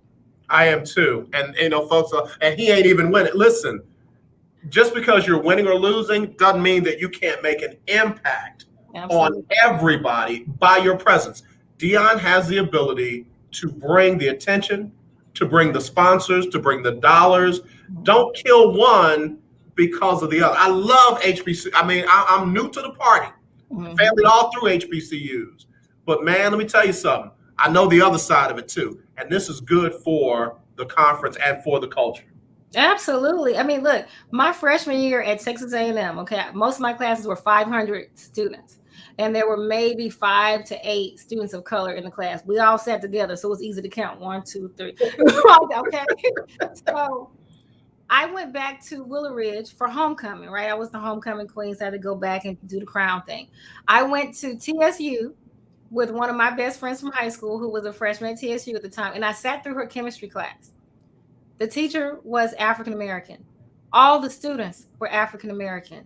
They actually had windows in the classroom and it was a small in size class. It was like heaven in there.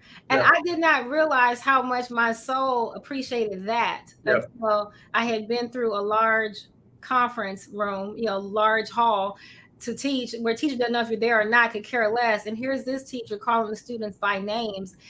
And I know TSU is not a HBCU anymore, but it's HBCU adjacent at this stage of the game. And there is something to be said about being able to just hold on to a group of students and say, we care about you from A to Z. Like you said, with Dion, the wins are great. He's highly competitive, but who says he defines wins as just on the field? Correct. So I think firmly that he is redefining winning for each of those athletes and showing them how to win in life. And that's what we're seeing in tidbits as we see press conferences. Absolutely. Absolutely. Just seeing the clip of him talking to his players before the game and how he said, I believe in you.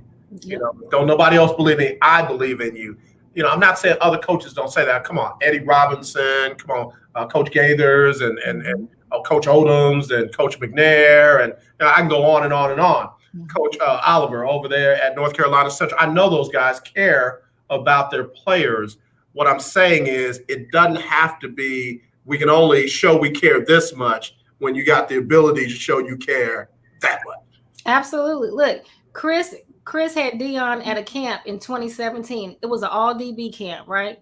We had Daryl Green, Rod Woodson, Chris, and Dion. Those, and they coached, like they put cleats on. They coached through the camp. And each one of our GOATs, got a chance to talk to the kids. And Dion said, by show of hands, who has not been told that I love you? And some kids were brave enough to admit that no one had ever told them, I love you. And these are kids high school age.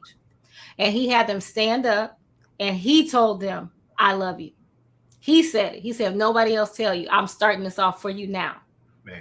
And it was so big. It was such a big moment because these young men don't get a chance to see that and share that type of just love. And, to understand football it's bigger. There's a higher calling. Yeah. And, it was just that camp just all the way around was so great because they were tying faith, family, and football together like you wouldn't believe. And those kids just got something special out of it. Yeah. I mean, you got me about to bust up, man. I'm gonna get you off this radio, man, because you got me about to bust up. Dr. J, we got to have you back. Unless you got to go and you can't do it, just let me know. But I'm going to ask you in front of everybody so you can't talk crazy. Of course I come back. Of course. Come on now. You don't have to twist my arm. Let me tell you, because this kind of stuff right here is just where it makes an impact on people in ways they can't even imagine. And if somebody makes the best decision they can on where to send their child, where to trust their child to be taken care of and have the best chance to be successful, your comments, your insight, your knowledge is really, really, really helpful on a plethora of subjects. So we just appreciate you. And do me a favor, tell everybody where they can find you, follow you, and keep up with the amazing stuff you do. Absolutely. You can go to my website, but really important, I want to say, is that we're doing a lot of great work at goatskills.com, GOAT skills.com. And we just released some personality assessments and career track assessments for youth. We think it's so important for kids to be prepped for college so that when you get to name, image, likeness, you know who you are and where and what you're trying to do so you can match it up better. And so we're starting to load a whole lot of just preparatory things at goatskills.com, along with great workouts and conditioning as well too. So just go check me out there too, and you'll see a lot of other great things. goatskills.com. I'm going to have that up next time. And Dr. J, when you come back, I want to talk about some things with name, image, and likeness. And I want expertise on that. Again, thank you, my friend. Give my love to the family. I sure will. You too, AJ. Take care. All right, man. I'll tell you what, she really did almost have me busting up because I felt that, man. I felt that. I played for 3 coaches in high school. I played for Coach Sinkar at Forest Park. I played for Coach Jerry Faust at Moeller. And I prayed for Coach Latouf at De La Salle in New Orleans. And I can be honest with you, 2 of those coaches cared about me. I could tell it. I could feel it. Coach Latouf didn't know me because I got in town on a Wednesday and I played on a Friday. Having a coach or somebody who you respect as an authority tell you that they love you and they care about you, man, listen, that's so much bigger than football. That's so much bigger than a sport. Now, understand, I understood who my father was, but I was away from Cincinnati now. I'm out of Cincinnati. I'm in New Orleans, Louisiana, and for the first time in my life, I'm in a predominantly white school. And they let me know it down there in the Deep South. When I did good, I was great. When I didn't do good, I was you know what? Knowing that I had people that loved me and cared for me and saw over me while I was there meant the world to me. And to hear Coach Sanders in the middle of a camp now, he's not even the main thing at the camp, say, who hadn't been told I love you? And have those kids stand up. I go back to that clip with Cam Newton where the guy was like, but you got cut. That young man needed some love. He didn't need attention. He didn't need to go viral. He needed some love because he didn't know how to respect somebody who was giving him something that he could not get by himself. I love Dr. J. Man, I'm trying to tell you, I love her for free. All right, listen, let me get to some birthdays before I go. I gotta do these birthdays. There's a lot of them. There are a lot of them, man. I'm trying to go to something else because Dr. J got me all in my feels. She got me all in my feels. Okay, let me get to the birthdays. If you got a birthday this weekend, happy birthday to you and yours. But let's see. Demetrius G. Stan, 46 today. Evelyn Davis. Eve, happy birthday. Jay Dabney celebrating his 41st. Pastor. Maureen Haywood is 45. Linda Samuel celebrating her birthday, along with Christy Jemerson Bertrand. Stephanie Newsom Lewis celebrating her 56th. LaShonda McClendon. What's up, LaShonda? She fo-fo. Ida Armstrong celebrating birthday with Dr. Khadijah Rapp. Also, Cassandra Scott with her ministering self. And Benita Epperson celebrating her birthday. Let me get to the celebrity birthdays. Do I have them? I don't think I have them. All right, well, there's a bunch of people celebrating birthdays that are celebrities today. Real quick, let me get this. Usher, do this before we go. Hurry up, Usher. Usher, hurry up. Oh, go shawty, it's your birthday. Ooh, it's your birthday. Go shawty, it's your birthday. Today's your day. Happy birthday to you. All right, y'all. Y'all have a blessed and happy birthday, especially all over the weekend. I'll try and get those to you. Don't forget, tomorrow is the 20th anniversary of 9/11, and that is another time that will just never be forgotten. We'll actually do some memorial to that on Monday when I come in. So y'all be safe. Y'all be blessed. I'll talk to y'all tomorrow. I'll talk to y'all on Monday. The legendary 1140 AM KYOK Conroe and 92.3 FM K222CX Houston. All right, y'all. I really hope y'all enjoyed my guests today because, man, I was so excited about having both of them. Kimberly Michelle, Kimberly Jackson, is just an outstanding person. She actually studies what she's talking about. She doesn't just say it out of feel. She researches it, and she has a very good in-depth thing. Like she said, if you can't find it, get out to me if you want that book. I'll make sure that you get it. Make sure you get an autographed copy. And then Dr. J, Keith Hennick, I agree with you. She is truly a phenomenal, one of the best guests we've ever had, and that's why I enjoy having her come back because she can talk about a plethora of things, including sports. Now she was ready to talk about them Cowboys and Tampa Bay, but that's how our conversations go in a different way. Listen, y'all have a blessed and safe weekend. As always, not this, definitely this. I really do love you, and there's nothing you can do about it. I'll talk to you on Monday. Lord say the same.